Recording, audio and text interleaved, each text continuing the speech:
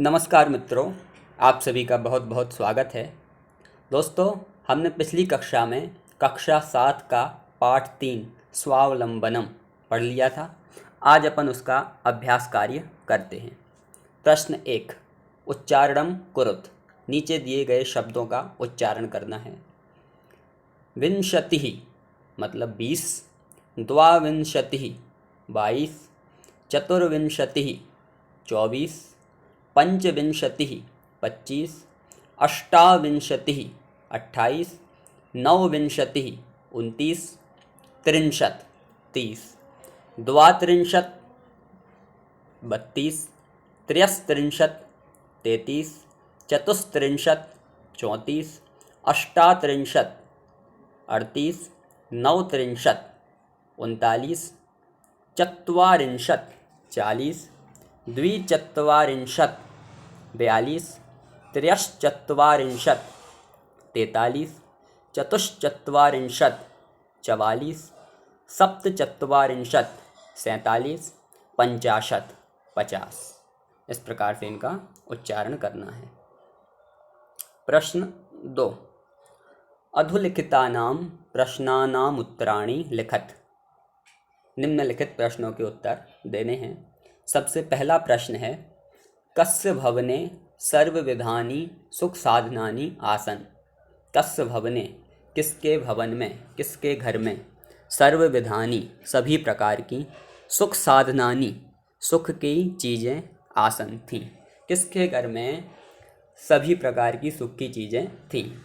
तो उत्तर होगा श्रीकंठस्य भवने सर्वविधानि सुख साधनानि आसन। श्रीकंठ के घर में सभी प्रकार की सुख की चीज़ें थीं। तो उत्तर तो मात्र एक शब्द में है, लेकिन आपको इसको पूरे वाक्य में लिखना है। तो प्रश्न में से ही आधे शब्द, पूरे शब्द आपको प्रश्न में से ही लिखने हैं, मात्र एक शब्द को बदलना है।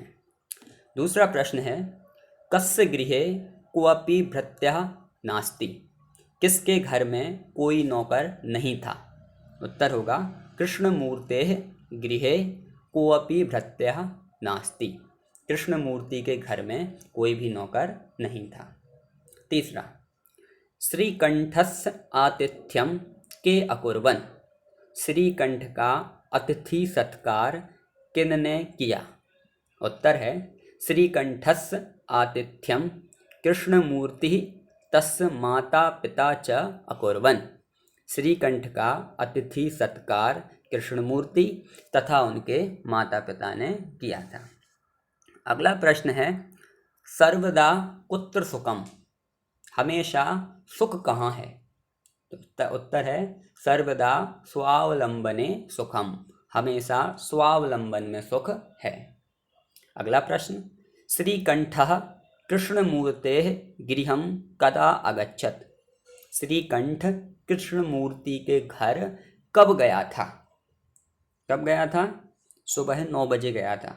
तो उत्तर होगा श्रीकंठः प्रातः 9 वादने कृष्णमूर्तेः गृहं अगच्छत्।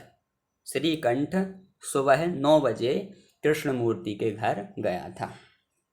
अगला, कृष्णमूर्तेः कति कर्मकराः सन्ति। कृष्णमूर्ति के कितने काम करने वाले थे? कितने काम करने वाले थे? 8 थे। इस कारण से उत्तर होगा कृष्णमूर्तेः अष्टौ कर्मकराः सन्ति। कृष्णमूर्ति के पास 8 कर्मकर थे या 8 नौकर थे।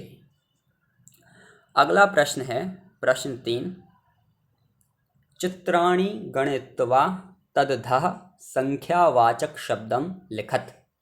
चित्राणि गणयित्वा, चित्रों को गिन करके, तदधः, तदधः मतलब होता है उसके नीचे, संख्यावाचक शब्दम लिखत, संख्यावाची शब्द लिखना है।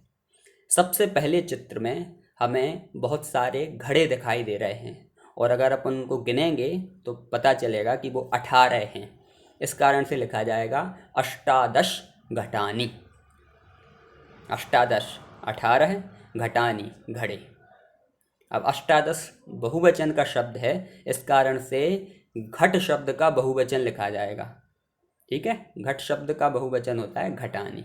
घटः घटौ घटानि, अष्टादश घटानि। दूसरे चित्र में हमें आम दिखाई दे रहे हैं, वो हैं 21। तो अपन लिखेंगे एक विंशति आम्राणी। एक विंशति 21 आम्राणी आम। आम शब्द का यहाँ पर बहुवचन आएगा क्योंकि 21 बहुवचन है। तो आम्रम, आम्रे, आम्राणी बहुवचन में बनता है आम्राणी। तो एक विंशति आम्राणी। अगला चित्र है जिसमें अपन को पत्ते दिखाई दे रहे हैं, पेड़ के पत्ते, और वो कितने हैं गिनेंगे तो पता चलेगा कि वो 33 हैं। तो 33 को बोलते हैं त्रयस्त्रिंशत् पत्राणि। 33 पत्ते। अब पत्राणि ये भी बहुवचन का शब्द है, पत्रम, पत्रे, पत्राणि, त्रयस्त्रिंशत् पत्राणि। अगले चित्र में हमें गेंदें दिखाई दे रही हैं और वो हैं 15। तो अपन लिखेंगे पंचदश कंदुकानि। कंदुकानि शब्द भी बहुवचन का है, कंदुकम, कंदुके, कंदुकानि। पंचदश कंदुकानि 15 गेंदें। अगले चित्र में हमें मोमबत्तियां दिखाई दे रही हैं और वो हैं 36। 36 को बोलेंगे षट्त्रिंशत् और मोमबत्तियों को बोलेंगे सिक्त वर्तिकाणि। सिक्त वर्तिकाणि, षट्त्रिंशत् सिक्त वर्तिकाणि। अगले चित्र में हमें कैंची दिखाई दे रही हैं और वो हैं 24, जिसको लिखेंगे अपन चतुर्विंशतिः कर्तरिकाः। चतुर्विंशतिः कर्तरिकाः। यहाँ कर्तरिकाः भी बहुवचन का शब्द है। कर्तरिका, कर्तरिके, कर्तरिकाः। इस प्रकार से चतुर्विंशतिः कर्तरिकाः, 24 कैंचियाँ। इस प्रकार से हमने चित्रों को देख करके उसके नीचे संख्यावाचक शब्द लिखे। अगला प्रश्न है प्रश्न नंबर 4। मंजूषातः अंकानां कृते पदानि चुनत। मंजूषा में से अंकों के लिए पदों को चुनना है। गणित, मैथ में अंक लिखे हुए हैं और उसके लिए कौन सा पद लिखा जाएगा, मतलब संस्कृत में उसके लिए क्या बोलते हैं, वो अपन को लिखना है। मंजूषा में बहुत सारे शब्द दिए हुए हैं, उनमें से देख करके लिखना है आपको। सबसे पहले लिखा है 28, 28, जिसको अपन संस्कृत में बोलेंगे अष्टाविंशतिः। 30 को बोलेंगे त्रिंशत्। 24 को बोलेंगे चतुर्विंशतिः। 50 को बोलेंगे पंचाशत्। 27 को बोलेंगे सप्तविंशतिः। 31 को बोलेंगे एकत्रिंशत् और 40 को बोलेंगे चत्वारिंशत्। अगला प्रश्न है प्रश्न 5। चित्रं दृष्ट्वा मंजूषातः पदानि च प्रयुज्य वाक्यानि रचयत। चित्र देख करके मंजूषा में जो पद दिए गए हैं उनका प्रयोग करके वाक्य बनाने हैं। हमारे सामने एक प्रकार के 3 चित्र हैं। सबसे पहले चित्र में एक किसान खेत को जोत रहा है। दूसरे चित्र में 2 किसान खोद रहे हैं और तीसरे चित्र में बहुत सारे किसान बीज को रोप रहे हैं, बीजारोपण कर रहे हैं। इसका मतलब हमें देखते ही साथ समझ में आ रहा है कि जो पहला चित्र है वो एक वचन का है, दूसरा चित्र द्विवचन का है और तीसरा चित्र बहुवचन का है। इस प्रकार एक वचन, बहुवचन और द्विवचन इनको ध्यान में रखते हुए उनके कार्यों का सेंटेंस में, वाक्य में वर्णन करना है।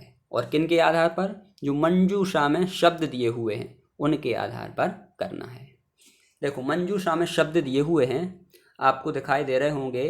बहुत सारे शब्द दिए हैं जो एक वचन, बहुवचन और द्विवचन तीनों के हैं। जैसे कृषक, कृषक शब्द कृषकः एक वचन का भी है, कृषकौ द्विवचन का भी है और कृषकाः बहुवचन का भी है। ध्यान से देखेंगे तो पता चलेगा।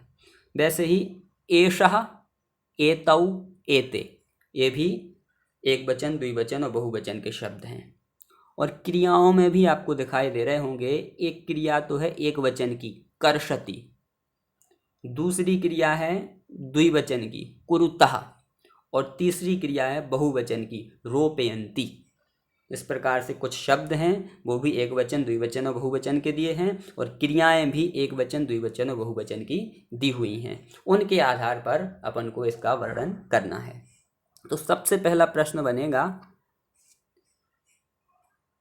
एषः कृषकः क्षेत्रम कर्षति। ये सभी शब्द अपन ने मंजूषा में से ही लिए हैं। पहला चित्र में क्या हो रहा है, एक किसान है, वो क्षेत्र को मतलब खेत को कर्षति मतलब होता है खोद रहा है। तो सेंटेंस बनेगा एकः एषः कृषकः क्षेत्रम कर्षति। यह किसान खेत को जोत रहा है। दूसरे प्रश्न में दो किसान खोदने का काम कर रहे हैं, तो उनके लिए सेंटेंस बनेगा एतौ कृषकौ खनन कार्यम कुरुतः। ये दोनों किसान खोदने का काम कर रहे हैं। और तीसरे चित्र में हमें दिखाई दे रहा है कि बहुत सारे किसान बीज का रोपण कर रहे हैं। तो उनके लिए सेंटेंस बनेगा एते कृषकाः धान्यम रोपयन्ति। ये सब किसान धान्य को रोप रहे हैं, धान्यारोपण कर रहे हैं। इस प्रकार से इस चित्र का वर्णन करना है। अगला प्रश्न है प्रश्न 6, अधुलिखितान समयवाचकान अंकान पदेषु लिखत। समयवाचक शब्दों को लिखना है। समय दिया है और संस्कृत में उस समय को क्या बोलेंगे वो लिखना है। जैसे उदाहरण देकर बताया है, यथा 10:30, उसको बोलेंगे 10:30 मतलब 10:30 बजे हुए हैं, और साढ़े को बोलते हैं सार्ध, और कितने बजे 10, तो 10:30। दूसरे में 7 बजे हुए हैं तो लिखेंगे सप्तवादनम। तीसरे में 2:30 हैं, 2:30 बजा हुआ है, तो 30 मिनट को क्या बोलते हैं सार्ध द्विवादनम, 2:30। 11 बजे को बोलेंगे, 11 को बोलते हैं एकादश, तो हो जाएगा एकादशवादनम। 4:30 मतलब 4:30, 30 मिनट को क्या बोलेंगे सार्ध, और 4 को चतुर्वादनम, सार्धचतुर्वादनम। फिर 1:30 है तो 30 मिनट को सार्ध और एकवादनम, सार्ध-एकवादनम।